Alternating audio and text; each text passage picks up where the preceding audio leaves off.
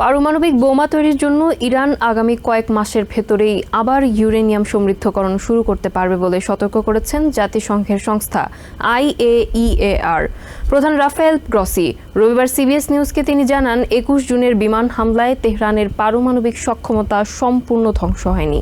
একই দিন জাতিসংঘে ইরানের রাষ্ট্রদূত আমির সাইদ ইরাভানি স্পষ্ট জানিয়েছেন, ইউরেনিয়াম সমৃদ্ধকরণ বন্ধ করবে না তেহরান।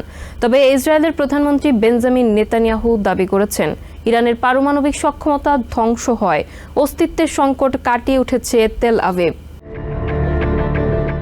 ফোর্দো, নাতাঞ্জ এবং ইস্পাহান ইরানের 3টি গুরুত্বপূর্ণ পারমাণবিক স্থাপনায় বোমারু বিমান ও ক্রুজ ক্ষেপণাস্ত্র দিয়ে গত 21শে জুন হামলা চালায় ট্রাম্প প্রশাসন।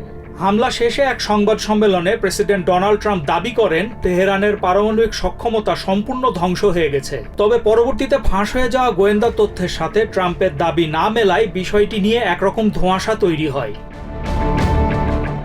এরই মাঝে ইরানের পারমাণবিক বোমা তৈরির সক্ষমতা কয়েক দশক পিছিয়ে গেছে। ট্রাম্প প্রশাসনের এই জোর দাবি আরেক দফা প্রশ্নবিদ্ধ করলেন International Atomic Energy Agency director general Rafael Grossi. তিনি জানালেন, আগামী কয়েক মাসের ভেতরে ইউরেনিয়াম সমৃদ্ধকরণ আবার শুরু করতে পারবে ইরান। বিমান হামলার কার্যকারিতা নিয়ে পেন্টাগন ডিফেন্স ইন্টেলিজেন্স এজেন্সি শুরুর দিকের মূল্যায়নের সাথে গ্রসির পর্যবেক্ষণ মিলে যায়। DIA জানিয়েছিল, তেহরানের পারমাণবিক কর্মসূচির মূল যন্ত্রপাতি এখনো অক্ষত আছে।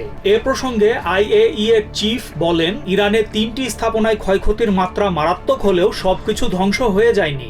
একই দিনে ইউএনএ ইরানের রাষ্ট্রদূত আমির সাইদ ইরাভানি CBS নিউজকে স্পষ্ট জানিয়ে দেন, ইউরেনিয়াম সমৃদ্ধকরণ বন্ধ করবে না তেহরান। ইরাভানি বলেন, ইরান পারমাণবিক অস্ত্র নিয়ন্ত্রণে করা নিউক্লিয়ার নন প্রলিফারেশন চুক্তির সদস্য রাষ্ট্র। তাই শান্তিপূর্ণ কর্মসূচিতে পারমাণবিক শক্তি ব্যবহার করার অধিকার আছে তেহরানের। তবে ইসরায়েলের প্রধানমন্ত্রী বেঞ্জামিন নেতানিয়াহু দাবি করেছেন, ইরানের পারমাণবিক সক্ষমতা ধ্বংস হওয়ায় অস্তিত্বের সংকট কাটিয়ে উঠেছে তেল আভিভ। ইসরায়েলি গোয়েন্দা সংস্থা শিন বেটের কর্মকর্তাদের সাথে এক আলোচনায় নেতানিয়াহু বলেন, গাজায় জিম্মি ইসরায়েলিদের উদ্ধারে এখন মনোযোগ দেবে তার সরকার।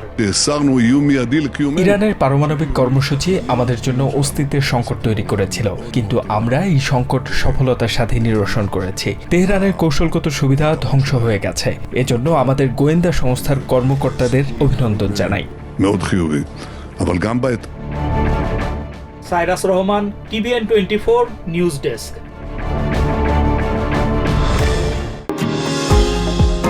নিউ ইয়র্ক থেকে সম্প্রচারিত TVN 24 টেলিভিশন বিশ্বজুড়ে বাঙালির কণ্ঠস্বর।